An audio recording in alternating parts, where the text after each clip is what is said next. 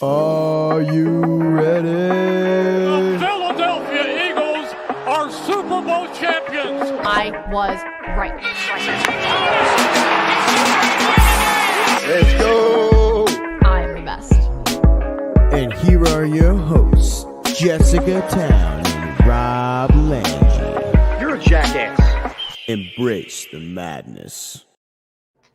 That is right, ladies and gentlemen. It is Thursday night, and we are back here on The Madness, brought to you by thepaintedlines.com. We've missed you, but we are back. I am your host, Rob Lange. Along with me, as always, is a half of Babes on Broad, a half of The Madness, makes up a full rock star in Jessica Town. Jess, how are you? Well, the Sixers have me not complaining. I was complaining, not complaining anymore. I'm content. I am a happy girl. Not too much to complain about right now after the 76ers showing last night. As I said, we've been gone for a couple weeks, so just to remind you, we are with thepaintedlines.com. Make sure you're subscribing. Make sure you're subscribing to us on iTunes and wherever you get your podcasts. The reason we were out for a couple weeks, if you have missed it, was I was struck by the COVID. It got me, not because I wasn't taking my precautions, but when you have children and childcare, sometimes it gets brought in. Wipe the house out for, a good 14 days.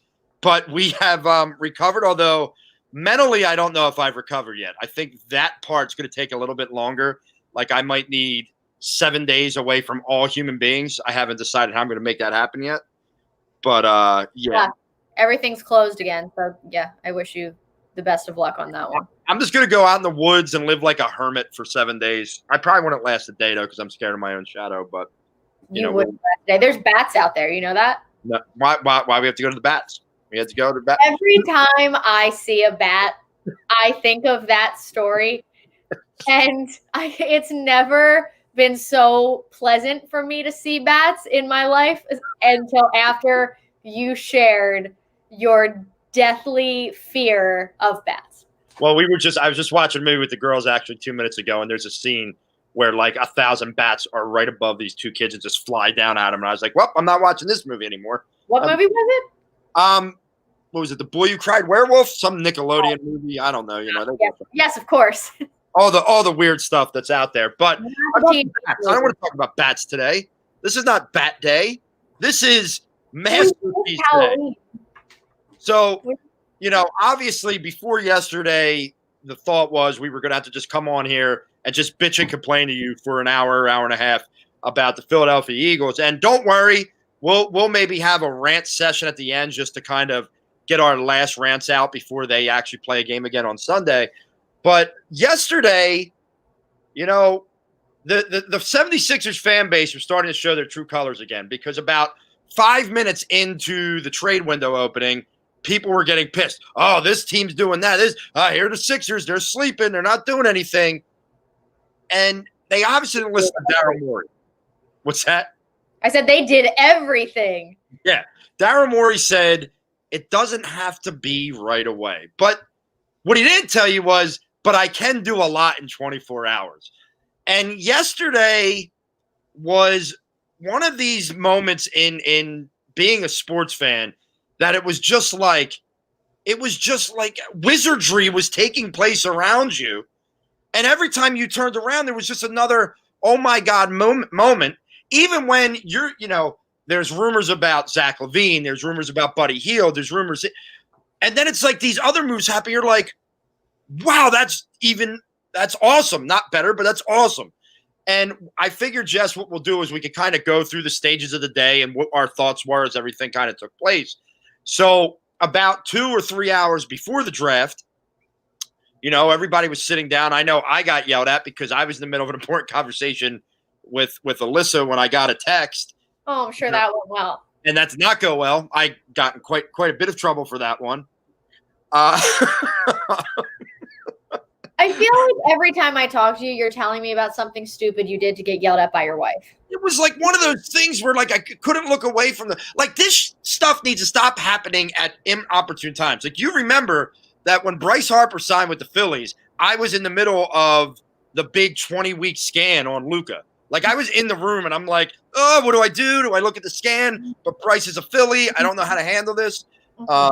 Yeah, I made the call because you got yelled at for that one too. Well, just for a minute. I did get out of that one. I'm going to go back to, I don't even remember what time it was that happened. Let's see. Oh, I was sitting on my couch.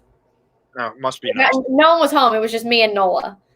Well, see, practice. So I was like, you're about to change your life, and there's going to be a marriage and probably children after that. You're not going to be able to be sitting on your couch at that point of the day. I just hope you understand that. My current child, my fur child, was asleep. We had just gotten back from the dog park. She was tired. She was sleeping. Yeah.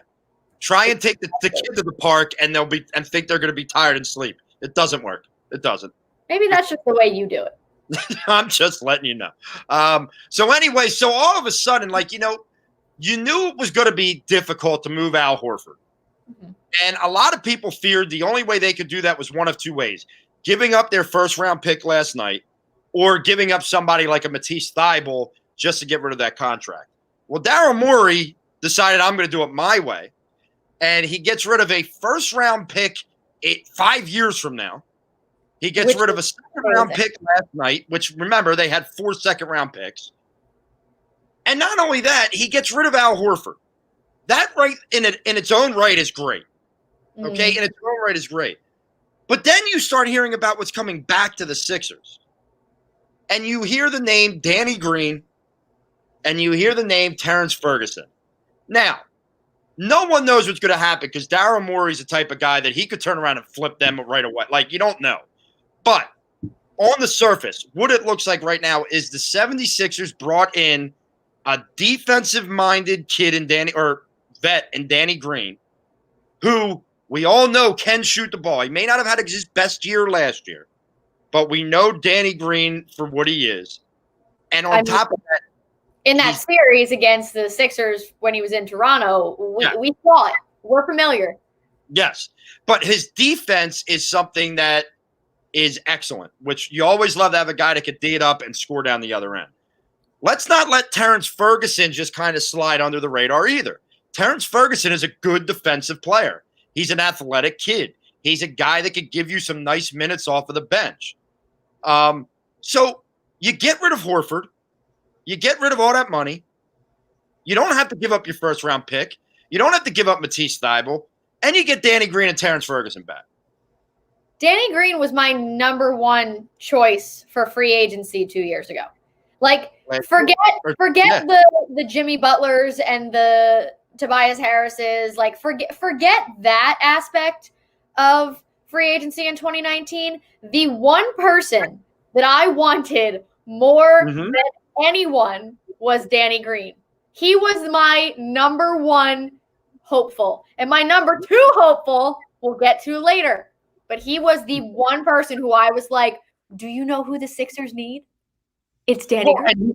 And you know what? And that's what I've been trying to tell people it's Danny Green. His fit here is perfect. Immaculate. When you talk about Ben Simmons and Joel Embiid and surrounding them with shooters, right? That's all we said all year last year was the way to get the best out of these two guys who, by the way, there's no more excuses for them, even if the roster was to stay as it is presently. Yes. There's no more excuses from the standpoint that your organization just told you you're the centerpiece. We're going to get you some guys that can space the floor, but you have got to be the best versions of yourself now. So they need to understand that going in. But so now you have this Danny Green out there. You got Horford off the floor. Okay. I mean, really, when they signed Daryl Morey, this is what you had hoped for. But you could always hope for things and they don't happen. I mean, Morey came in and to start the draft off by doing this move, which don't everybody freak out. I read about it today. The move is not allowed to be announced until December 8th because Danny Green has to be a member of Oklahoma City for a certain amount of time before they can deal him. The deal's going to happen. Don't freak out. It's not like bad physicals or it's not the Bogdanovich. There's a whole suit being filed, investigation going on. There's a major issue there.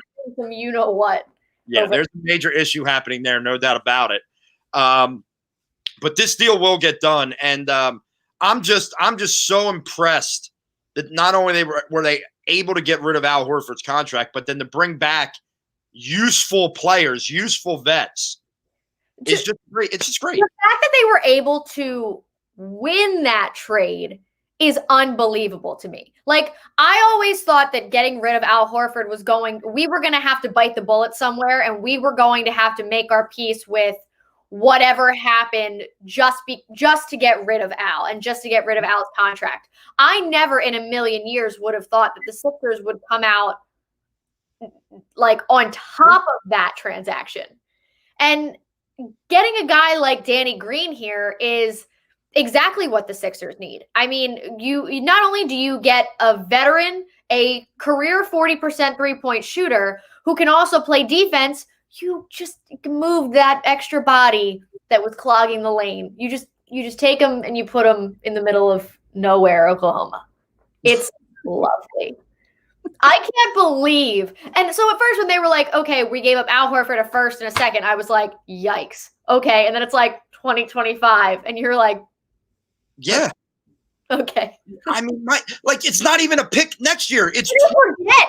Right. Where the hell did this first round pick go? And it's like, oh yeah, it's in Oklahoma City with Al Horford, who's 39. Yeah, I honestly, I don't know where I'm going to be in 2025. So I don't care.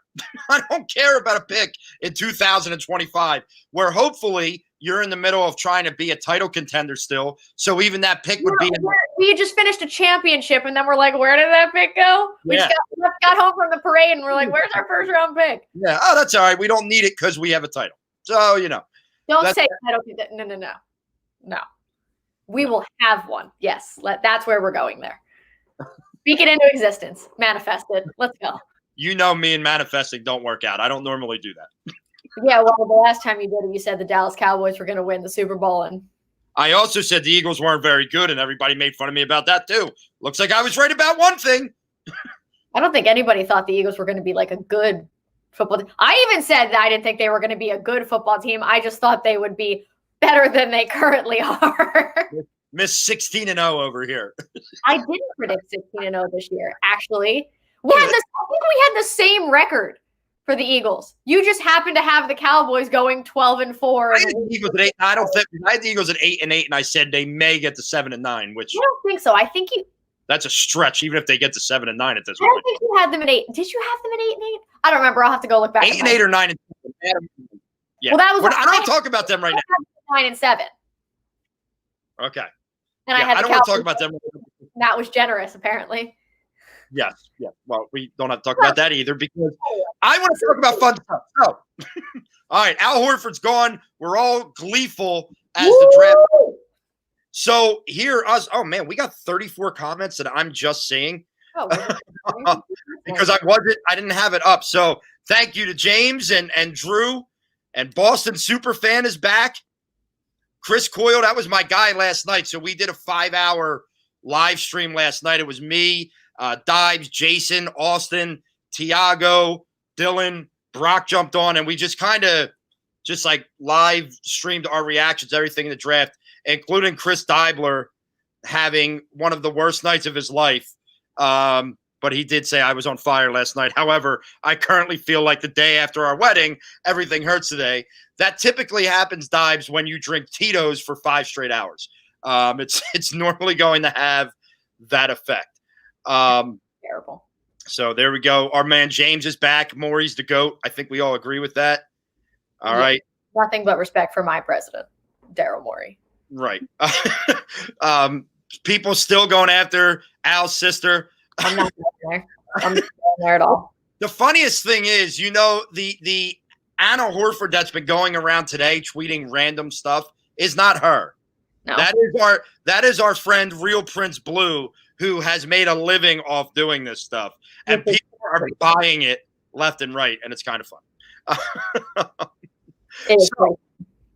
So here we go. All right, so we get into the draft, and you're watching things kind of unravel. Jess, I don't know how much – I know last year you looked into the draft a lot, but this year with there not really being the end of a college season, I don't know if you had anybody on your list.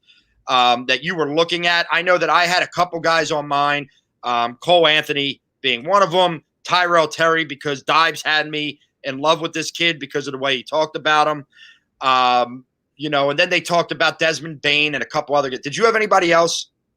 Not really. I was telling you this before. College basketball for me, by the time we get to college basketball season, I really just like the tournament. I don't typically sit and watch a bunch of games unless I know someone playing. So, like, for example, the past couple of years, we watched a lot of Penn State because Lamar Stevens, actually, we graduated with Lamar's brother from GA. Now, Lamar started at Abington Friends and then went to Haverford and then ended up graduating from Roman Catholic. But his brother went to GA with us. So we kind of followed his career, as well as one of my brother's friends from high school plays for Penn State as well. So Penn State was one of the teams we were hoping to be able to see Lamar in the tournament. This year, he didn't get drafted, but he signed a 2-way deal with the Cavs, which was awesome. But so that was, the one that I was kind of looking out for. Other than that, I was, I wasn't watching film and researching like I was last year to have all of the different articles prepared to go. But I think it was one of those, it's weird, right? Like, it's weird that the draft was what it was because there was no clear number one pick like there usually is. There was a sort of a top three that ended up being the top three that went, but there were a lot of guys, like, people didn't think Tyrese Maxey was going to fall to us at 21, like no one thought he was going to be there. Honest to God, when we traded Josh Richardson to the Mavericks, I thought that they were going to get Tyrell Terry from him. And I was like, oh, this will be great. And then it ended up being even better than that. And that was a wonderful time. But there was no one that I was like, we have to get this person. But I'm more than satisfied and happy with what the Sixers did. Yeah. So, like I said, I was in on Tyrell Terry. I was in on Cole Anthony as a Carolina guy. But, I knew that was going to be a little bit of a stretch even for what the Sixers really needed. But as the draft was unfolding, and I was fortunate enough to be watching it. Listen, if you guys want to know about the Sixers draft picks or anybody else, go to the Painted Lines YouTube channel because Mr. Crockpot, Tiago, Austin, the three of them broke down every prospect that you could think of in this draft with video, with articles. And, these guys, I was like the main reason I wanted to be on last night was to kind of like get their input on these things. So as the draft is falling, and I asked somebody, I said, all right, Tyrese Maxey, like, I know he was a good player, but, he's falling. Is he a guy that the Sixers should go? And it was kind of a resounding like, hey, if Maxey's there, the Sixers could do a hell of a lot worse than to get a guy that most people thought was going to go 10, 11, 12. So lo and behold, they get Tyrese Maxey. And, what I said last night was, here's what I loved about that pick. We have spent so many years watching the Sixers draft a guy that you kind of are like, should he go here? Are they reaching? What are they doing? Are they drafting on this idea of what it could be rather than, pedigree and what they've seen? And what you saw last night was, oh man, this kid who was supposed to be a lottery pick just fell to us at 21. He's the best player on the board. And I heard John Calipari say this today, his coach at Kentucky. He said, in my opinion, in the NBA nowadays, you take the best player on the floor or on the board, and then your coach, you figure out the rest later. And there's not many better coaches who can figure out the rest later than one Doc Rivers, who is now the coach of your 76ers. So to see a team in Philly just make the smart play, just make the easy play, not overthink it, was enough for me to be thrilled with the pick. Yeah, that's enough for me to be sold. It's like, hey, there's a really good guy from Kentucky chilling here at 21. Yeah. Sold. Do we know where he fit in? No. But is he the best player there from Kentucky? Sold. What a time to be alive. Imagine any other team in Philadelphia doing that. And listen, I know that John Calipari, it's his guy, and all, but if you heard the things that Calipari was saying about him, comparing him to that he can maybe become a Jamal Murray, Okay, that was one of the things he said he reminded him a lot of Jamal. And as Dives is saying right now, if he could become that, well, then he's a perfect fit, obviously. And listen, he's not a kid who's going to come in next year and light the world on fire. Okay, he's going to have to buy his time. I think he'll be in the rotation, but I don't think he's going to be this, major cog, like he's not going to start. Okay, something along those lines. As Chris Coyle says, can't wait till he shows up and balls out.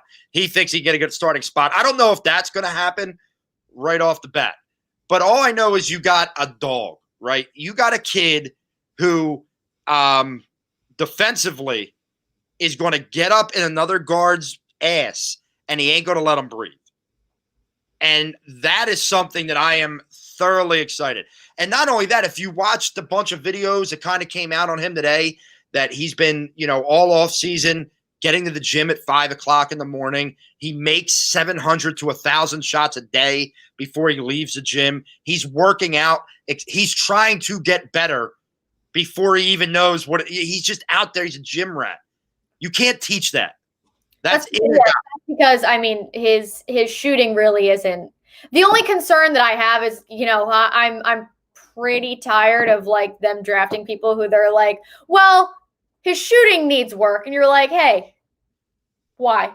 But if you at like, and this is where I was watching the videos on the painted lines, and I was watching some other ones. If you watch his shot, it's not like a Hitch or a Ben Simmons thing. It's not anything like that. It's lower body. At this point, I'm like, hey, let's get someone who's just a certified bucket getter and move on. Fair. The other thing is he's 83% free throw shooter, which generally translates into you can develop that shot pretty quickly too. So you love that, right? So then that pick happens. You love that. Things are great. You've got rid of Horford. Danny Green's here. You get this kid, this stud athlete from Kentucky who many people feel like he's a better shooter than what his numbers say he was last year. We'll have to wait and see. And you know what? Jess, I want you to introduce the next move. I want to pull up, because Dives put up the YouTube video of the moment we found out about Seth Curry. And it's a really fun video watching us all freaking out, trying to figure out what the hell happened. So I want to see if I can pull that up as you introduce this. Well, so, after that draft pick, I was like, all right, I'm feeling good. I'm tired. I'm ready to go to bed. Like, I was like, all right, chalk it. I'm done. Like, this is all I need.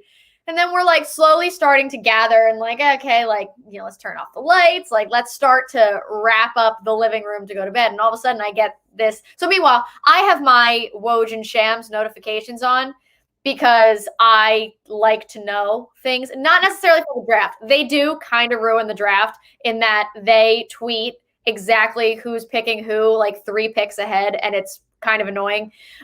So I turned my phone over. When the Sixers were coming up, I turned my phone over so I didn't know, and I got to, truly experience it like we, used to before the days of Twitter.com. But for all of them, I would react and gasp if there was something kind of crazy happening, like when Landry Shamet was traded to the Nets and that Luke Kennard went to the Clippers and that whole deal went down, and Joe was like, I don't want to know. And I was like, but it's a trade. It's not a draft pick. Do you want to know? So then I told him that one. And then it's like, we just get one. It's the 76ers are trading Josh Richardson to the Dallas Mavericks. Now, this is right after the Mavs took Tyrell Terry at, what was that, 30, maybe? 29, something like that? Around there, yes. So I'm like, okay. And I'm just like, ooh. And Joe's like, what? I don't want to know. And I was like, no, it's a trade. And he was like, a good one. I was like, well, it involves the Sixers. And he was like, all right, tell me. So I said it. And then you get another, like a follow-up notification of what we're getting in return. And I was like, oh my God. And meanwhile, like Joe's dumbass is like, oh my God, is it what I think it is? And I'm like, in my head, I'm like, the best thing it could possibly be from the Mavericks that they were willing to trade? Yeah, it is. So in his dumbass mind, we just got Luka. And I'm like, you're an idiot. No. Yeah. So I was like, now exactly what I'm about to say to you is about to be so anticlimactic because no. Why the hell would they trade him? Like, stop. That's stupid for you to think that in the first place. Sure.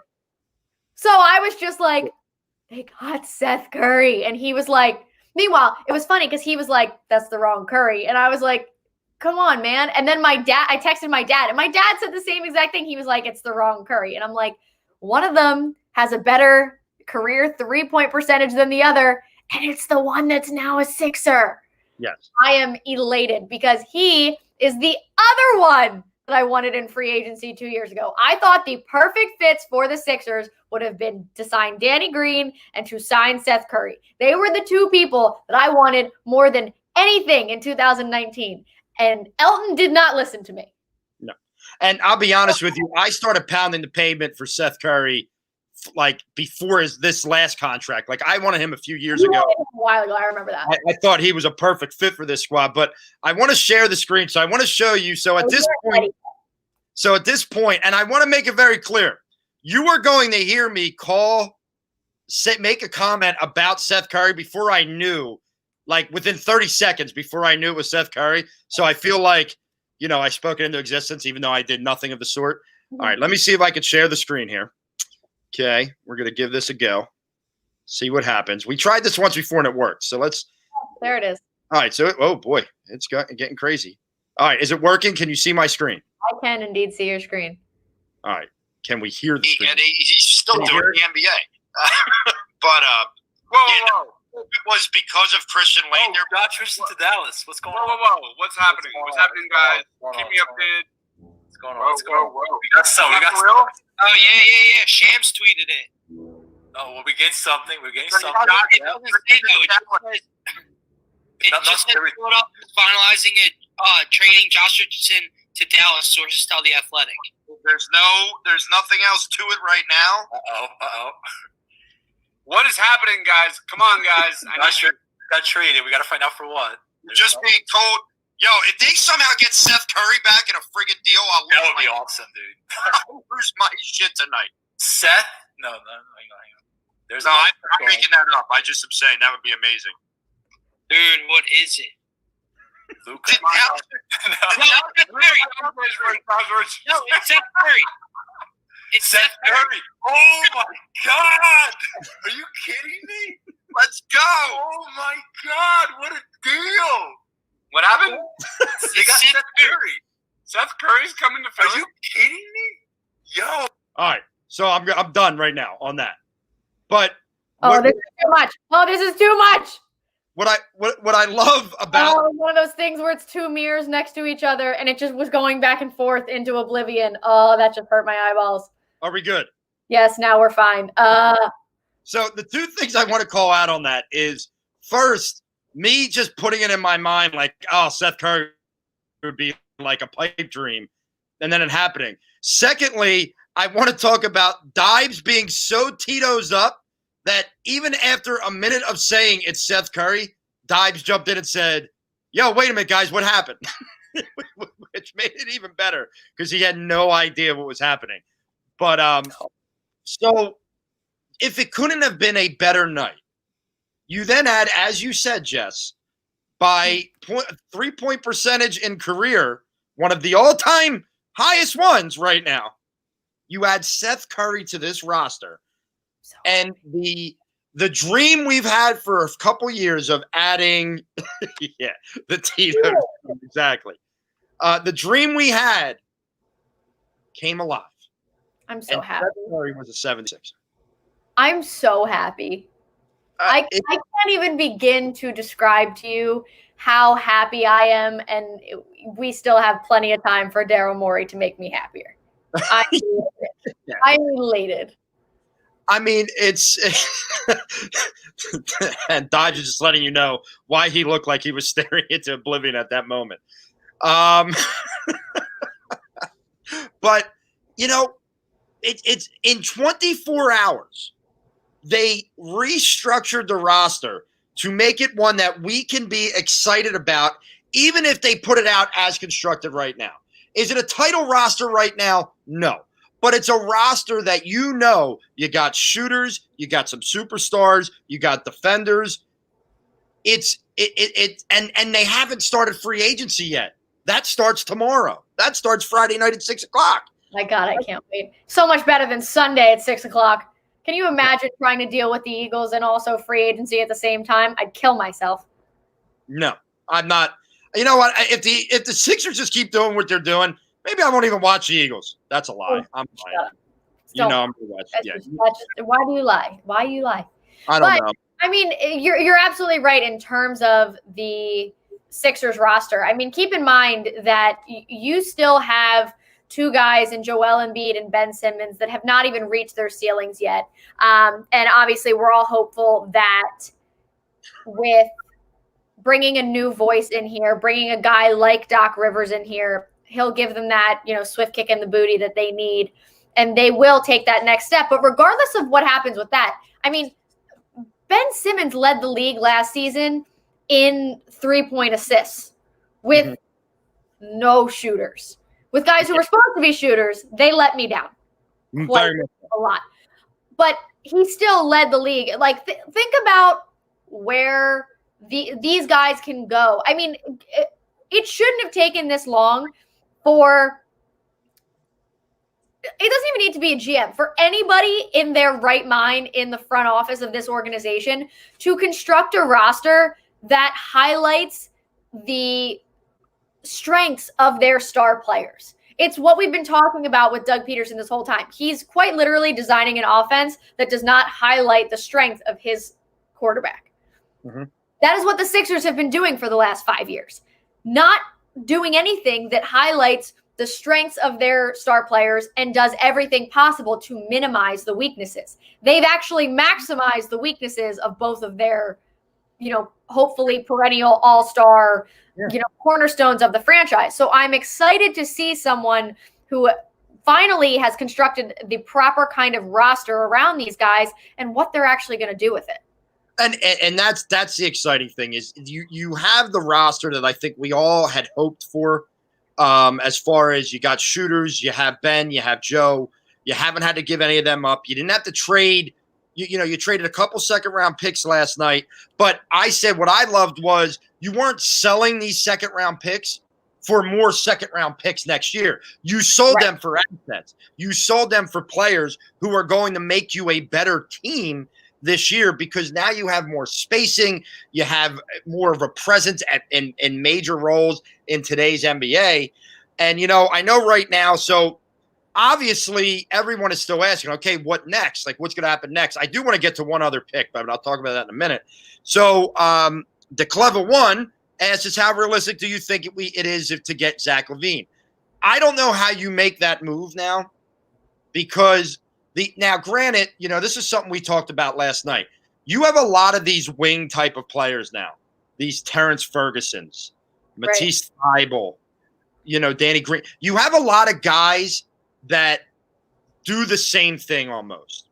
So, but I still don't know if you have enough to make a package to go and get a Zach LaVine. Now, I was hopeful that what was going to do it was going to be that Billy Donovan connection with Al Horford, and that was what was going to sell that.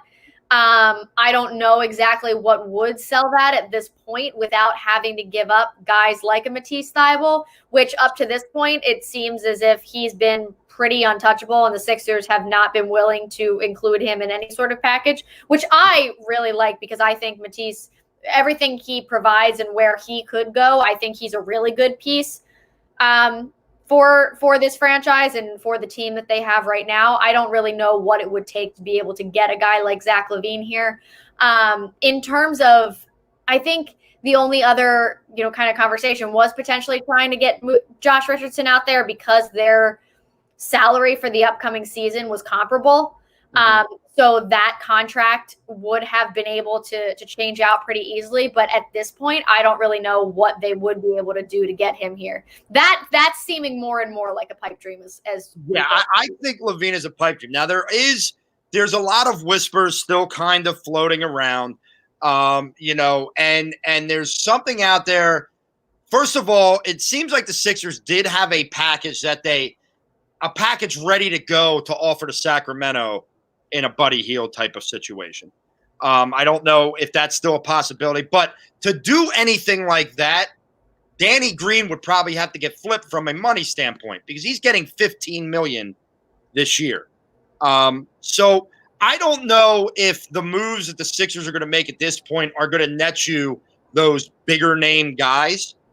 I think what you're going to look at is in free agency. You're going to, listen, they released Norvell Pell today, which means a backup center's a role. Everybody saw Do it. Everybody saw a former 76er center, put out a very cryptic Instagram picture a couple weeks ago. It's thought that Clutch Sports believes it's a strong possibility.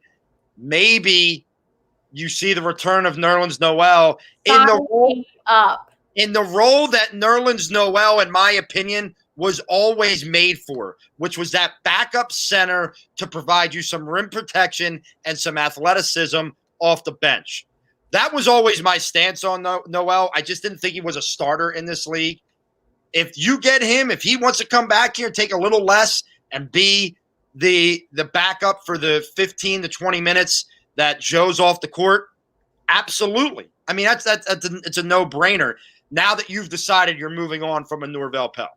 Yeah, I think the trade market is kind of dead for us at this point, mainly because of the way guys like Robert Covington and Drew Holiday completely screwed it from the jump. Mm-hmm. I would love to get your opinion on the fact that Robert Covington was traded for 2 first-round picks. That, to me, is just one of the best things to ever happen to the world. And Drew Holiday went for 3 first-round picks. I woke up and was like, what in the world happened last night? 2020. But seriously, I mean, I'm amazed that I thought they were never going to be able to trade Al Horford after that happened. Yeah.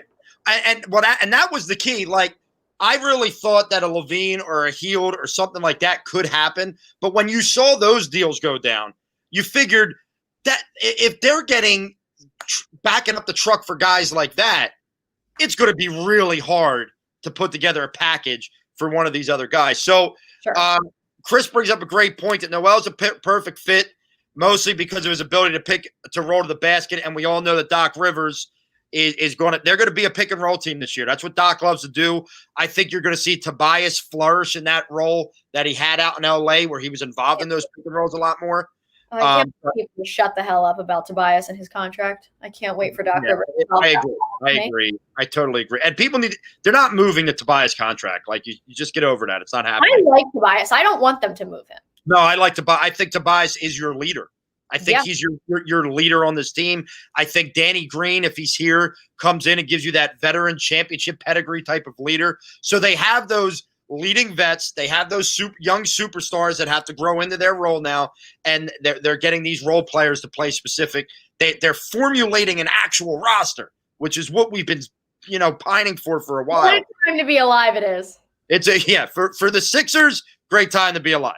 Not for the other team in the city who I want to punch in the face. Yeah. So free agency starts tomorrow at 6, Jess. Yes. Before we get there, the Sixers did make another pick at 40 was it 49? 49. Okay, and there was a guy that I had heard a couple times. I had heard from our guys, the Painted Lines. I had read a few things about him. And he is basically known as just a shooter from Arkansas. And there had been rumors that the Sixers had made a promise if he was there at 34 and they were on the clock, they were going to take him. They get the guy that they thought that they might have to take at 34 at 49. And what it does is it gives this young kid an opportunity to go down to the Blue Coats, to go develop for a year or two. He's not an older guy. He's still young. And let him continue to grow and mature, because from a shooting standpoint right now, just a knockdown shooting standpoint, this kid is legit. And he's one of those unlimited range type of kids. Like, he'll spot up from anywhere and it's got a chance to go in. So just another tremendous pick for the 76ers, and a kid that they don't have to force into a role this year because of what you've done with some of these other moves. Right. And this is the other thing. This is Chris saying the line. If you have a defensive lineup of Ben, Maxey, Joe, Thibault, and Noel out there at the same time, think of the steals and the blocks that are going to come from that. You heard Doc. Doc said, I want to be the number 1 defensive team in the league. He did. That is his goal. I know that was the thought last year with some of the moves, but now you got the athleticism to really make this thing. You got a lot of guys like Maxey who can guard multiple positions. They're not just going to have to lock in on one set position. They can guard different places. And it means that if you have a Seth Curry out there, yeah, he's not the best defender, but you can hide a guy if you have these other defensive specialists out there. And thank God they did this, because this free agency class sucks. It does, but it sucks from a standpoint at the top. Now there are these mid-range guys that they could go after to fill some of the holes. So, listen, I don't think that the roster is done. I think that Morey's going to do a little bit more, whether it be free agency. I personally think he's going to move a Mike Scott for a pick just to get out of the salary so that they can get a full mid-level exception. I believe that somebody like a Furkan may not be here. There's going to be a couple more moves that are going to take place. But, Jess, is there any position that you would like to see them at? Let's take the backup center out of it, since we kind of already talked about that with Nerlens. Is there another position on this team that you look at and say, I'd like to see them maybe upgrade that slightly? I still think they need a backup point guard. Yeah, I was going to say serviceable one, because I would more so like to see a guy. Joe and I were talking about this a lot last night. I want to see Ben play with Seth Curry as much as possible, because just thinking about the shot creation that the two of them could have together and what Ben can do, but also finding a sniper like Seth Curry instead of, having to give it to Al Horford is, what a time to be alive that is. But I still think that having a guy like Seth Curry coming off the bench would be super helpful for this team, which has struggled with bench points and struggled with bench shooting over the last couple of years, and have a guy like Shake Milton in there in the starting lineup, or even Matisse Thybulle. But you still need, I don't mind Shake as a point guard, but I still think they can do better than Shake. I think you have to do better. And not Howell Neto. No, with the secondary ball handler, because listen, the one thing about Shake that upset me, and I was just talking to a bunch of friends online about this, was I haven't seen a point guard in the NBA get picked in the backcourt more than Shake Milton did last year. So I would love to upgrade that secondary ball handler. I would love to have Seth Curry on a second lineup, and maybe grow into a Seth Curry with Maxey as a second team grouping back there, right? Where you have the defensive guy, but you have your, who can create off the dribble, and then you have your Seth Curry to spot up and shoot. That one name that a couple of guys were throwing around last night that I think would be I don't think he's not going to change the world, but is DJ Augustine as a secondary ball handler that could come over here, because it's going to have to be somebody cheap, but I don't want it to be as cheap as Raul Neto. Quinn Cook just got released. I was gonna say, one guy that I would actually have my eye on would be Quinn Cook, because now the two teams we've watched him play on is the Golden State Warriors and then the championship winning Los Angeles Lakers.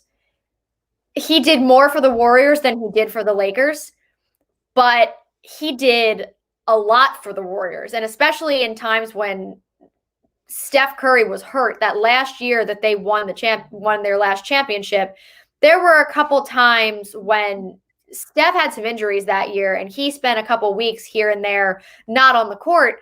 And Quinn Cook did a lot to keep them where they were and keep them, rolling in a sense, and has hit. And I think was it the year that they swept the Cavs that he hit a lot of big shots for them. Yeah.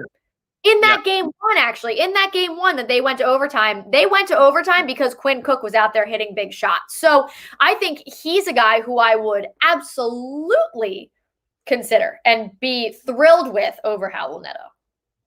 Yeah. And look, Dive just talking about maybe Maxey becomes a secondary ball handler, just not right away next year. Look, I love Quinn Cook. I think Quinn Cook is a tremendous teammate.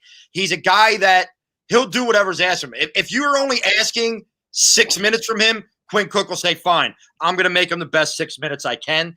I think a guy like Quinn Cook can take pressure off a kid like Shake Milton, who I'm still not sold on Shake Milton. I know he showed some flashes, but Doc Rivers is sold on Shake Milton. I know he is. You know what? If I was Doc Rivers, I would be too. I'm just saying this. I actually just saw it get tweeted out as well. Yep. Keith Pompey is basically saying sources say there is a real chance that Nerlens Noel could reunite with the Sixers when free agency begins. That's pretty telling. You know that Keith is definitely locked in with the Sixers. So he is there. He is the guy that gets his info directly from them. Yeah, I think sometimes they like to get Keith out there to get their information out there. You know what I mean? Keith, I was going to say he is their mouthpiece, but that tends to have like a negative connotation. But yeah. I don't mean it like that. I just mean no. Keith does a great job covering them. Yeah, Keith does a tremendous job covering them. So I when Keith says something, I tend to believe it. Yeah. Listen, I think I'll be honest with you. I sit here today and I say I think it's a foregone conclusion that Nerlens Noel is back here next year. I just think that's it fits too well. I'm sure he'd be a guy that may take the mid-level exception, or maybe he takes less. I don't know. I don't know what the contract looks like for a guy like Nerlens Noel. I'm curious because, Daryl Morey's the type of guy, man, he gets interviewed and he kind of gets you excited. So I listened this morning to his interview after the draft last night. And when he says stuff like, well, we just don't plan on getting any sleep once free agency starts tomorrow, man. We're rocking and rolling. We have a plan. We want to do things. We're going to add some guy. Like, he's not out there just BSing you like, we'll have to see. I mean, he's out there telling you, no, we have a plan. We're going to be active. It doesn't mean that we're going to get the top guys in free agency, but we're going to get guys that are going to make this roster better, that are going to set us up financially for the future. And this is what a team approach should look like. You have Morey handling trades, handling contracts. You have Elton Brand, who I think had a lot of touch on that draft last night, working together. And you have Doc giving his input. I think those guys are working together in a way that we've yearned for from our front office since the beginning of since the end of Hinkie, really. And I mean, really, if you think about it, since the beginning of Hinkie, because he never talked to you. At least now you got a front man. You have Daryl Morey's not going to make Doc Rivers be his front man like the front office did to Brett Brown for all those years. They're going to get out there and they're going to answer questions, and I love that. Yeah, I don't know. I just think, oh God, no. I just think it's nice to see a new face and hear a new voice. Yeah, it breathes new life into the franchise. And there's something about Morey and the way he talks. Like, he's just so chill. And like last night he said something, he's like, we're just riffing right along, baby. I was like, this guy is just too cool. Like, I don't know. And he seemed, when you look at him, you're like, who's this dude? But then he starts talking, you're like, oh, okay, I'm in. Yeah. I mean, him and Philadelphia are an absolute match made in heaven. Yes. He was meant to be here, as was Doc. How great was his tweet today where he puts out a video of Tyrese Maxey and then a highlight to him, and then he posts like another one right underneath of it of Mike Muscala hitting the game-winning shot that got the Sixers the 21st pick. Can you believe that we are here because Mike Muscala got us here? Thank you, Mike. We always hated you. Now we love you. Give him the key to the city. Absolutely not. I was queen of the Mike Muscala hate club. I hated. Well, I was so mad because remember that's when they told us they were star hunting and they handed us Wilson Chandler and Mike Muscala, and I was livid. Livid. Oh my God! It was it was a great night, and I think that the rest. And here's what I love. So the offseason, it's like bing bang boom, right? So now free agency starts Friday. The season's right. Preseason's in a week or two. You're going to have the regular season starts December 22nd. Yep. Yeah, that's who he was, Dives. He was the Nate Gary of the 76ers. That's so accurate. It's so accurate. God. It's so accurate. Oh my God, that's amazing. So we're gonna have a lot of fun talking about the Sixers. And I'm gonna try and get us a guest for next week. Once free agency has a week into it, talk to somebody covers a team. Maybe we'll bring on a TPL guy as well that, like I said, I'm telling you, I'm not saying it because we work for them. Dibes, Tiago, Austin, Jason, these guys are tearing up the Sixers stuff right now, man. I mean, they're doing such a good job with it. So get over there and check all that stuff out. But the good news about this, Jess, is by getting to talk fun about the Sixers, we can dedicate a very small portion of our show to getting pissed off and angry. So we're going to dedicate the last 15, 20 minutes here to getting pissed off and angry. Because, Jess, we've said it from day one. We love all of our Philly teams, but our bread and butter is always going to be the Philadelphia Eagles. And it would be hypocritical of us as Philadelphia fans, as people who have dealt with this their entire life, if we just said, we're pissed off, we're not going to talk about it. Yep. Jess, it's funny because I think we both, for the first time ever, feel the same way when it comes to like anger towards them. And you said it to me before the show started, and I was like, oh, yeah. And it was that you don't know if in your life you have been as angry as you are at this team right now. Is that correct?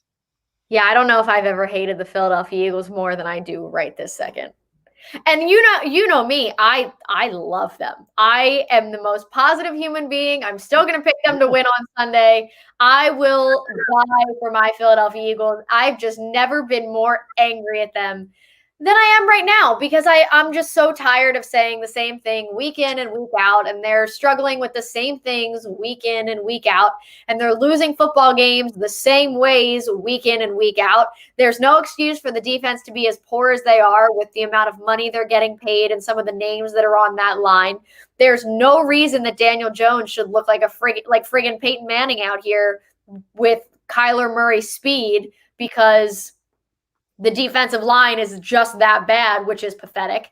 They don't know how to tackle. The wide receivers can't catch or track balls. I mean, really, all of it is just pathetic. I'm so sick and tired of seeing balls hit players in the hands and then hit the turf when, I watch players around the league make immaculate catches every week. And imagine a playmaker actually making a play instead of just screwing it up. I've seen them screw plenty up. I've never seen them actually make a play on a ball. What a concept that would be. Our all-pro center had probably his worst game of his career on Sunday, which was bad.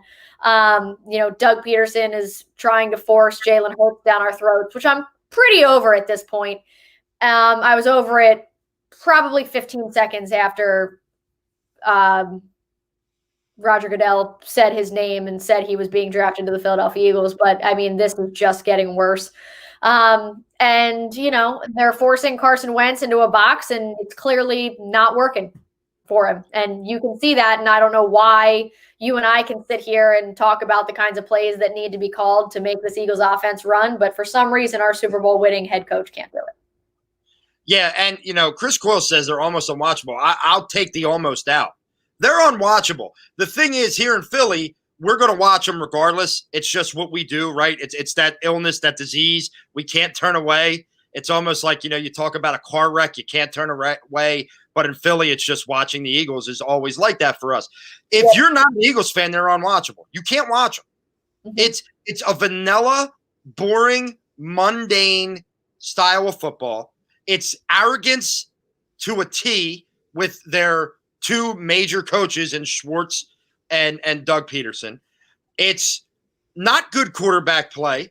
It's not. I'll be the first to tell you. I don't, you know me. I'm not going to ever say that it's all on Carson. I think it's more on the coach.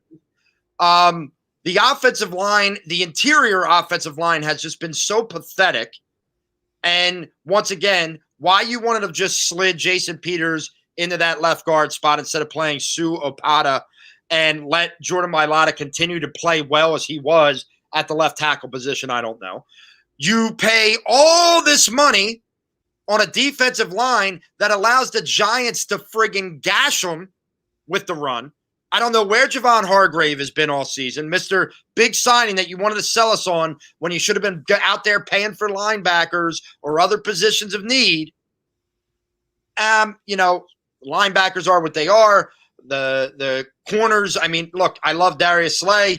I know he didn't have a good play the other day, but hey, I'll live with that. But Avonte Maddox is nothing. Meanwhile, Sidney Jones is out there having a career year. That tells me that the coaching here sucks. That's what that tells me. Okay, but that one tweet was extremely misleading because he gave up multiple touchdowns. So people were out there like trying to like poke the bear. I understand that he's playing better. And yes, I'm not saying it's not coaching, but that tweet was extremely misleading because while that happened, he also gave up 14 points at least. So that's fair. My point is, though, are we getting the most out of guys when they're here, or because we have this loyalty to some of these coaches, we're not? And that's a problem. Or the other thing is the arrogance of Jim Schwartz. Is Jim trying to fit these guys into a system rather than trying to fit a system around the guys he has here? And if that's the case, how Jim Schwartz has survived 10 weeks this year is beyond me. I don't know how you don't make that move. The guy, he don't deserve it. He doesn't deserve it. I don't think they're going to make that move in season because they don't have anybody good enough to replace him right now. They don't have anything better to fall back on in an interim type of situation. Well, then a head has to roll eventually. So if it's not his, positional coaches something has to happen. But it's not going to happen in season. I know, but to me, that's wrong. To me, you see guys' heads roll quite a bit in season in this league to get to, stir something up, whatever it may be. I don't know. But here's the thing. Yes. But it's unfortunate, but we do have to keep in mind they're still in first place in the division. They're not going to go pulling major triggers when they still are very much alive in everything going on. If they were 1-9 and the Cowboys for some reason were at the top of the division as you expected them to be at 9-1, then maybe things would start to happen in season and they would just be like, all right, we're hanging it up on the year. We're going to start this process now. But they're not, because they don't need to at this point. Obviously, there are changes that need to be made. Obviously, there are enormous issues, but at the end of the day, you've said it more than anyone I've ever met. This is a you quote. Firing coaches in season is giving up. It's admitting defeat on the season, and they're nowhere near needing to do that, unfortunately. I disagree. Unfortunately, 3-5-1, they are still very much alive. If the season were to end today, they would be in a playoff spot. They would be hosting a playoff game. As crazy as it is and as weird as it is, that's still the case. And they're not going to fire anyone. They're not going to make any crazy changes, because while there are changes that need to be made and while they do need to do something needs to be done, they're not going to pull the rug out from under people. They're not going to ruffle feathers. They're not going to throw a giant wrench into this already cluster, because they're going to go to the playoffs still at this point. So they're not going to do that now, which to me makes sense. They have enough issues. They don't need to cause more for themselves. In my opinion, all of their issues have been self-caused up to this point. They're not going to continue to do that. They're not going to self-sabotage any more than they already have. I see what you're saying. Here's my thing. I'm going to throw a scenario. They win 6 games this year. They go 6-9-1 or whatever the record would have to be with 6 wins. They win the division at 6-9-1. Mm-hmm. Okay. They go to the playoffs, and it doesn't matter who they play. They get their asses kicked. Sure. Okay. I believe, most of Philadelphia will say changes have to be made. Here's my fear. The arrogance of this organization, which has showed very brightly this year from top to bottom, they're going to give you the old line. We just won the NFC East. We just hosted a playoff game. Why do we have to change coaches? I don't trust them at this point to know any better. And here's why. If I got to hear Doug Pederson tell me in a press conference 24 hours after maybe the worst loss of his career that I felt like I was in a good rhythm, I felt like I was calling the right plays, basically saying these guys, it's the players' faults. If I'm hearing that after a guy has 24 hours to sit and see how much his offense sucks, how much his game plan sucks, how much it sucks to the point people calling him out that it took him those 7 minutes to go in the third quarter to roll out as quarterback, and he does it 2 plays in a row, he gains 40 yards, and he never does it again. He's got a running back that rushes 15 times for 85 yards. He doesn't give him the ball anymore. The arrogance to me, I said it on Tuesday, and I'm going to say it again now, and this is where I'm sure you'll disagree with me. Yeah, I'm back. His arrogance is comparable to Chip Kelly. His arrogance that he believes that what he's doing is okay and is working and can work if they execute it is the arrogance of believing that my system's better than any one player. And that, my friends, is a friggin' problem when you have – just watch the NFL. Just watch the NFL. The most boring offense in the NFL is Doug Pederson's right now. Every other offense is more entertaining to watch. Every single one. I don't care how bad the teams are. Their offense has more creativity to it than the idiot that is Doug Pederson.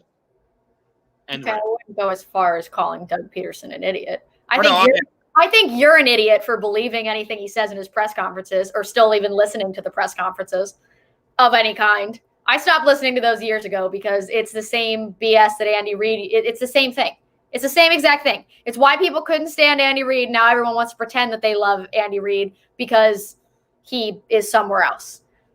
If you're still listening to the press conferences and still actually putting stock in any word that comes out of anyone's mouth, I don't care if it's player, coach, GM, president, reporter guy. No. I don't care who it is. If you're still believing and putting any stock in any of those words, that is a you problem in itself. That only works if those words are, hey, these guys are out there working hard. What he did was he threw his team under the bus and protected himself. I think I was in good rhythm. What the hell could you have? He was specifically asked about his choices and play calling. And this is the other part of the problem. People like to harp on the answers without talking about what the actual question was. I know what the question was. Okay, but I'm just saying it's the same thing as with the Jalen Reagor thing the other day. People tried to act like he was, wasn't. He was asked specifically about Justin Jefferson and if he was following his career, and people had a problem with him, the answer he gave, and then tried to spin it like, well, he was asked about his draft class and how he thought he compared. No. You directly asked him about Justin Jefferson, and the question was fair. The question was fair, and that's fine. And he answered it well, but then people tried to take it a different way. I agree. Justin was asked a question, and he answered it. Do I think he answered it well? No. Do I think he answered it in the best way? No. But that's also every question he answers at this point. He answers the same question every single way. He does his best to protect himself and everyone else. Other than Carson, he doesn't protect Carson Wentz. He always goes to the receiver or whoever first. But he was specifically asked about what he thought about his play calling, if he had a good rhythm, what he was doing, and he said, yeah. What else is he going to say? No, I called a bad game. That's what he's supposed to say. Because I'm sorry. Yes. I mean, what was he supposed to in the way he answered the question? What was he supposed to say differently within the answer that he gave? But that's my problem. I understand that. But okay. So we're on the same page. I don't understand how he's throwing his players under the bus with that. Because when you say my play calling is fine, what you're saying is they're not, and he's used the term numerous times, these guys got to execute it better. Or when he goes on Angelo earlier today, I'm pissed off. You want to blame me? Blame me. I'm a man. Shut the hell up, dude. Don't give me this crap. Don't become Mr. I'm too cool for everybody. That's what Doug has become, an arrogant asshat. He's an arrogant asshat.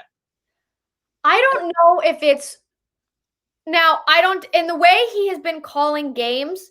Yes, but once again, I don't judge any player, coach, etc., who has been here for long enough by the way that they handle Philadelphia press conferences. I do not put any stock or judgment in those because of sometimes the way questions are asked, the amount that they deal with from fans. I don't disagree with you on anything you're saying. I just personally do not put any sort of stock in that because they are vague, they are dodging questions, they are just giving the diplomatic answer, and that's across the board. We remember a couple years ago when the Sixers lost to the Raptors and we went on a whole big thing about Ben Simmons and the way he was answering questions. I don't put any stock criticism, any sort of judgment in that because it's the way the question was asked 24 hours after a shot for the ages that will be shown every single year, the playoffs. It'll be in every single playoff highlight reel until the end of time. I can't even imagine the gut punch that was because I truly believe they go on and win the NBA championship if Kawhi does not make that shot.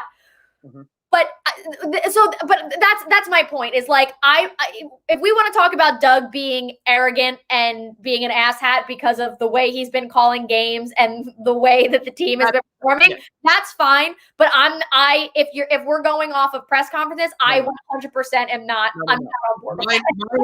Mine is a collective. It's collective on Doug because what I was going to say is you're right. If you're giving diplomatic answers, the answer's not, oh, I'm doing fine, and leave it at that. Sure. You know what I mean? And when you watch the game and it's just the same crap week in and week out. Mm-hmm. I mean, he has no idea.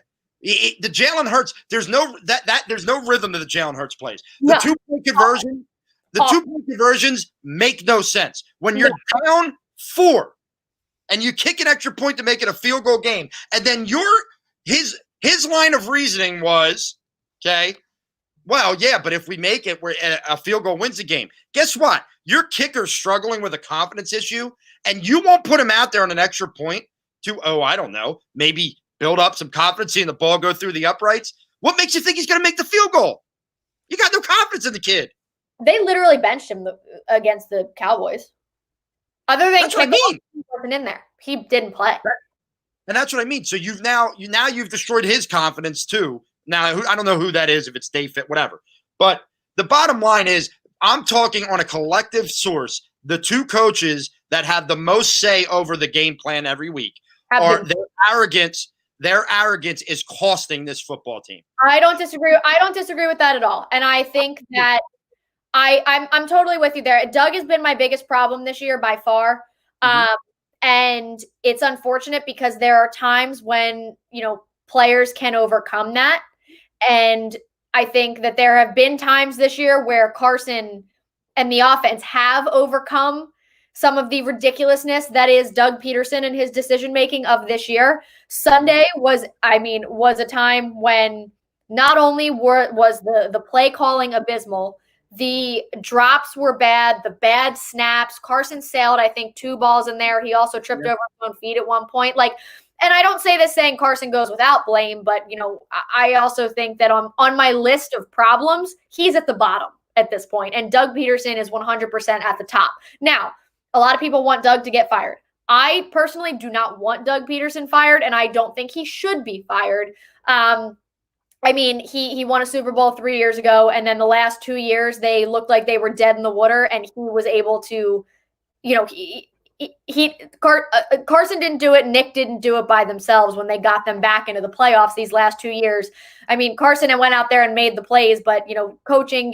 Remember, the wide receivers had so many issues last year, and they had an entire practice squad of wide receivers. Doug Pederson took over running practice for the wide receivers last year and got them to the playoffs. A huge amount of credit still goes to this man. One bad season, I don't think it's automatic all right, let's get this guy out of here. But I think that, the offensive coordinator by committee thing is one of the dumbest ideas this franchise has ever had. And I think that was a Doug Pederson decision. And that's the thing. I don't know what is and what isn't anymore because of some of these power struggle issues that have come up. So who knows what is made, what isn't made, what is just because think about it. The ego does come in at some point to the aspect that, I know I'm a kind of person now. I don't think it's necessarily my ego. It's just the amount of attitude I have in my body.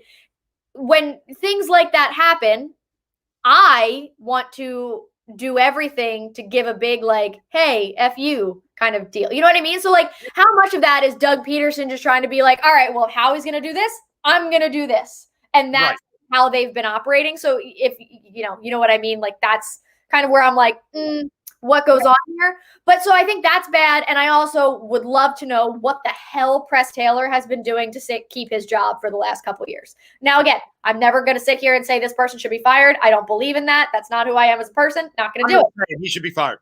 But I don't quite know what he has done that's been so great. Yeah. Well, and just the other thing that's the real concerning thing from the Doug Pederson side of it is, listen, I thought even though I questioned play calling and in-game coaching, he always had his team ready.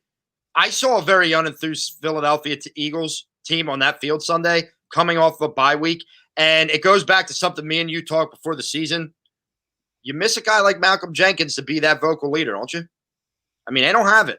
Listen, I think I actually said that on Sunday. Malcolm Jenkins had an interception on Sunday, and I looked at Joe and I went, Yeah. I don't care how old that man is. I don't care. He's still not missing snaps. Nope. The defense doesn't have an identity because they have individuals that have identities. I think Brandon Graham is, the whole package in itself, and he has that whole thing. Yeah. I think Jalen Mills, obviously, hit or miss with some certain sorts of execution, but I think he's played fairly well at safety. He's phenomenal in the open field. When they've had to move him back to corner, it's not been super ideal, but he's another one who he has the persona, he has the swag, he has that whole package. Yeah. You don't have somebody on the defense that has the whole package and is also a strong leader. They don't have an identity there. They also don't have somebody to check Jim Schwartz every now and then like Malcolm used to do. Mm-hmm. And I think it's a huge problem. And look, Jess, you're going to pick the Eagles to win this week. I'm going to pick the Eagles to lose this week. We'll see what happens. I don't want to. I want to end on a happy note. Yay, Sixers! Sixers. Keep making us proud. We are thankful to be back with you. I'm thankful to be COVID-free. So we will continue to bring you the madness as we always do. Once again, thank you to Painted Lines. Make sure you're subscribing. Jess, why don't you plug Babes on Broad before we go? Oh, let's see. Babes on Broad. We had an episode come out earlier this week. We'll be recording another one tomorrow morning. So that'll be either out tomorrow afternoon, tomorrow as in Friday afternoon, or Saturday at some point. We'll also be live for our pregame show for another week. This week we'll be live on both of our Twitters, our Facebooks, and where else? Our YouTube channel. And we will also be live on our Instagrams this week, just trying to get another area in there. So 11:45 Sunday morning, you can tune in and start drinking nice and early with us to get ready for the Eagles to, do whatever it is that they do. Not play football, but I don't know what that is, but whatever it is that they do, we'll be pre-gaming it. Absolutely. And then over here at the Painted Lines, we'll have the post-game show after the game to yell and scream a little bit. We're talking about some ideas of doing some fun things in-game. Not really sure what exactly we're going to be doing yet, but what we did last night for the draft was awesome. We had at least, there was thousands of people who actually tuned in at some point to view it. It was a lot of fun for us. We had a lot of fun kind of doing it and then kind of being able to watch back at our reactions to everything. So who knows? Maybe you get a little bit of that.